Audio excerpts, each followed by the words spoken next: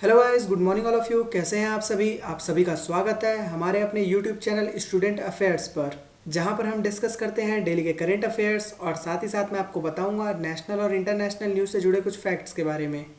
तो दोस्तों, आज है 3 फरवरी और आज हम 3 फरवरी से रिलेटेड सारे करंट अफेयर्स इस वीडियो में कवर करने वाले हैं।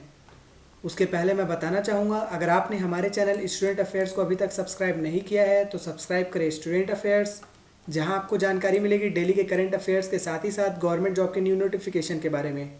और इसके साथ ही साथ बेल आइकन का बटन जरूर प्रेस कर लें ताकि हमारी लेटेस्ट वीडियो आप तक सही समय पर पहुंच सके। तो चलिए दोस्तों, शुरू करते हैं। हमारा पहला सवाल, प्रधानमंत्री जन आरोग्य योजना यानी कि आयुष्मान भारत योजना के नए मुख्य कार्यकारी अधिकारी कौन नियुक्त किए गए हैं? तो इसके ऑप्शन है RS शर्मा, BL गुप्ता, अनुराग कश्यप या अभिनव सिंह। तो इसका सही जवाब है आयुष्मान भारत योजना के नए मुख्य कार्यकारी अधिकारी के रूप में RS शर्मा को नियुक्त किया जाता है। और बात करें अगर RS शर्मा की, तो ये इसके पहले भारतीय दूरसंचार नियामक प्राधिकरण के अध्यक्ष होते हैं। और इसके साथ ही साथ मैं बता दूं, RS शर्मा कोविड-19 के दौरान मोबाइल एप्लीकेशन के डेटा प्रबंधन समूह के प्रमुख के रूप में काम कर चुके हैं। वहीं अगर मैं बात करूं आयुष्मान भारत योजना की, तो ये एक तरह का हेल्थ इंश्योरेंस है जिसे 23 सितंबर 2018 को लॉन्च किया जाता है। और इस योजना के तहत 10 करोड़ ज़रूरतमंद परिवार लाभान्वित होंगे। और इसके साथ ही साथ 5 लाख रुपए हर साल मुफ्त इलाज के लिए होगा और प्राइवेट या फिर गवर्नमेंट हॉस्पिटल में कैशलेस इलाज होगा। यानी कि आयुष्मान भारत योजना से लगभग 50 करोड़ लोगों को सीधा फायदा होगा। हमारा अगला सवाल, पहला अरब राष्ट्र जहां प्रवासियों को अर्थव्यवस्था ने एक बड़ी हिस्सेदारी देने की प्रक्रिया को औपचारिक रूप दिया है, यानी कि अरब देश का वो कौन सा राष्ट्र है जहां दूसरे देश के लोगों को इकोनॉमिक्स में हिस्सा दिया जाएगा? तो इसके ऑप्शन है कुवैत, UAE यानी कि संयुक्त अरब अमीरात, ओमान या फिर लेबनान। तो इसका सही आंसर है संयुक्त अरब अमीरात यानी कि UAE। और इसके बारे में बता दूं, 30 जनवरी सन 2021 को संयुक्त अरब अमीरात के द्वारा एक नई नागरिकता की नीति अपनाई जाती है, जिसके तहत प्रवासियों को यानी कि दूसरे देश के लोगों को इकोनॉमिक्स में बड़ी हिस्सेदारी देने की प्रक्रिया को औपचारिक रूप दिया गया है। और इसके तहत UAE यानी कि संयुक्त अरब अमीरात में जितने भी इन्वेस्टर्स होंगे उनके पास संपत्ति का होना जरूरी है। और जाहिर सी बात है, बिना पैसे के कोई इन्वेस्टर तो होता नहीं है। हमारा अगला सवाल, national bank for financing infrastructure and development bill 2021 का संबंध इनमें से किस मंत्रालय से है? तो इसके बारे में बता दूं, हाल ही में केंद्र सरकार के द्वारा बजट सेशन में national bank for financing infrastructure and development bill 2021 का बिल पेश किया जाता है। और इस बिल का जो मेन उद्देश्य होता है वो वित्त मंत्रालय के द्वारा वित्तीय संस्थान की स्थापना करना होता है। यानी कि इस बिल का संबंध वित्त मंत्रालय से है। और बात करें वित्त मंत्रालय यानी कि फाइनेंस मिनिस्टर की, तो वर्तमान में फाइनेंस मिनिस्टर निर्मला सीतारमण है।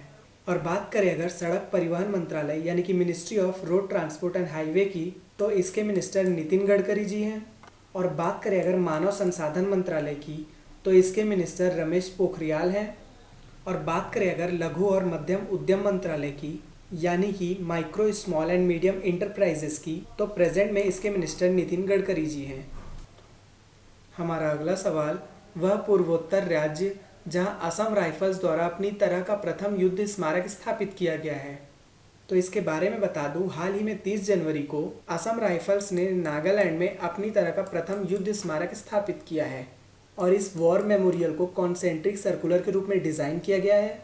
और वहीं मैं बात करूं असम राइफल्स की, तो ये देश के सबसे पुराने अर्धसैनिक बल हैं, जिन्हें कछार लेवी के नाम से भी जाना जाता है। वहीं बात करूं नागालैंड की, तो नागालैंड के CM का नाम नाइफू रॉय और गवर्नर का नाम RN रावी है। वहीं बात करें असम की, तो असम के CM का नाम सरबंदा सोनोवाल और गवर्नर का नाम प्रोफेसर जगदीश मुखी है। और बात मिजोरम की करें, तो मिजोरम के CM का नाम पू जोमथंगा, वहीं गवर्नर का नाम श्रीधरन पिल्लई है। और मेघालय के CM का नाम कोंकई संगमा और गवर्नर का नाम सत्यपाल मलिक है।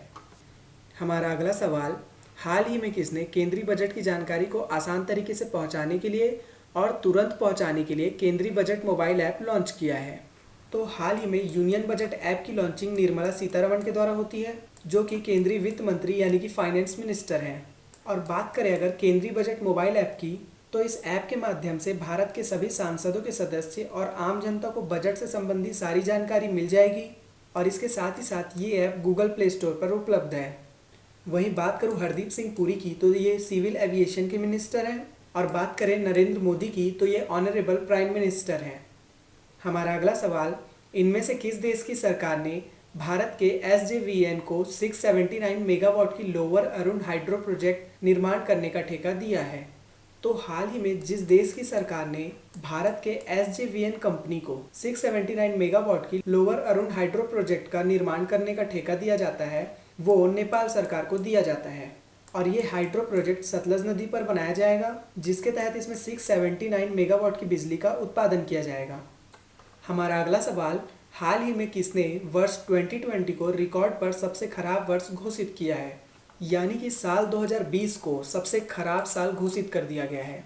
सो गाइस, हमें तो पता ही था कि साल 2020 बहुत खराब है, लेकिन अब ये ऑफिशियल तौर पर भी आ गया है। तो इसका सही आंसर है, साल 2020 को सबसे खराब वर्ष घोषित करने की संस्था का नाम संयुक्त राष्ट्र विश्व पर्यटन संगठन है, यानी कि United Nations World Tourism Organization. और ये घोषणा इसलिए भी होती है क्योंकि इस साल कोविड-19 के प्रकोप को देखते हुए जो इंटरनेशनल ट्रैवलर्स हैं उन सभी पर रोक लगा दी गई थी, जिसके कारण वर्ल्ड टूरिज्म ऑर्गेनाइजेशन को बहुत बड़ा घाटा होता है। और अगर इस रिपोर्ट की माने तो कोविड-19 के दौरान लगभग 100 से 120 मिलियन लोग यानी कि पर्यटन लोगों की नौकरी को खतरे में डाल दिया गया है। और वहीं मैं बात करूँ अगर वर्ल्ड टूरिज्म ऑर्गेनाइजेशन की, तो इसका फॉर्मेशन 1 नवंबर 1975 को होता है और इसका हेडक्वार्टर स्पेन में है। वहीं बात करें अगर यूनेस्को की, तो इसका पूरा नाम United Nations Educational Scientific and Cultural Organization है और इसका फॉर्मेशन 16 नवंबर 1945 को फ्रांस के पेरिस में होता है। वहीं बात करें अगर विश्व बैंक यानी कि वर्ल्ड बैंक की, तो इसका फॉर्मेशन 1944 को होता है और इसका हेडक्वार्टर वॉशिंगटन DC में है। और बात करें नीति आयोग की, तो इसका पूरा नाम national institution for transforming India है और इसका फॉर्मेशन 1 जनवरी साल 2015 को मोदी जी के द्वारा होता है और इसका हेडक्वार्टर न्यू मुंबई में है। और वर्तमान में नीति आयोग के CEO का नाम अमिताभ कांत है। हमारा अगला सवाल, भारत के केंद्रीय बजट 2021-22 के मुताबिक कितने वर्षों से अधिक आयु के लोगों को अब ITR नहीं भरना होगा? तो इसका सही आंसर है 75 ईयर से अबव वाले को अब ITR फॉर्म नहीं भरना होगा। और ये उद्घोषणा केंद्रीय बजट 2021-22 के मुताबिक होती है, जहां पर सीनियर सिटीजन के लिए एक स्पेशल ऐलान होता है जिससे कि 75 साल से जो भी अधिक उम्र के हैं अब उनको ITR का फॉर्म नहीं भरना होगा। और इस साल का बजट सत्र 29 जनवरी से शुरू हुआ है। हमारा अगला सवाल, वित्त मंत्री निर्मला सीतारमण ने 2021 और 22 के बजट में भारत में किस स्थान पर यूनिवर्सिटी बनाने की घोषणा की है? तो हाल ही में वित्त मंत्री निर्मला सीतारमण ने लद्दाख के लेह में यूनिवर्सिटी बनाने की घोषणा की है, जिससे कि लद्दाख में रहने वाले सभी छात्रों को आसानी से हायर एजुकेशन मिल सकेगा। और बात करूँ इसके पहले की, तो इसके पहले लद्दाख के लोग भारतीय जम्मू कश्मीर का हिस्सा थे, इसलिए वहाँ पर विशेष यूनिवर्सिटी नहीं बनाई गई थी। सो गाइज, ये है हमारा आज का आइकॉनिक क्वेश्चन, यानी कि हाल ही में जारी भ्रष्टाचार धारणा सूचकांक यानी कि करप्शन इंडेक्स में जो कि 180 देशों के बीच होता है, उसमें भारत कौन से स्थान पर है? तो हाल ही में 180 देशों के बीच करप्शन इंडेक्स जारी होता है जिसमें भारत का पोजीशन 86 है और ये टॉप 10 वो देश है जहां भ्रष्टाचार सबसे कम है। तो सबसे पहले नंबर पर डेनमार्क, दूसरे नंबर पर न्यूजीलैंड है, यानी कि डेनमार्क में सबसे कम करप्शन, उसके बाद न्यूजीलैंड में है। और जैसा कि आप स्कोर देख सकते हैं दोनों के बराबर है 87, यानी कि पहले नंबर पर डेनमार्क और न्यूजीलैंड है। वहीं तीसरे नंबर पर फिनलैंड, चौथे नंबर पर सिंगापुर, 5वें नंबर पर स्वीडन, 6वें में स्विट्जरलैंड, 7वें में नॉर्वे, 8वें में नीदरलैंड, 9वें में जर्मनी और 10वें में लग्जमबर्ग है। वहीं भारत का स्कोर 41 के साथ उसकी प्लेस रैंकिंग 86 है। सो गाइस, ये था हमारा आज का सेशन। उम्मीद करता हूँ आपको वीडियो पसंद आई होगी और अगर आपको इस वीडियो की PDF चाहिए तो आपको PDF की लिंक कमेंट सेक्शन में मिल जाएगी। सो गाइस, अगर आपको वीडियो पसंद आती है तो वीडियो को लाइक करें और इसके अलावा अगर आप हमारे चैनल पर नए हैं तो हमारे चैनल स्टूडेंट अफेयर्स को सब्सक्राइब करें और साथ ही साथ बेल आइकन को जरूर प्रेस कर लें ताकि हमारे लेटेस्ट नोटिफिकेशन आप तक सही समय पर पहुंच सकें। और हमें ज़रूर बताएं कि आपको वीडियो कैसी लगी। Thank you guys.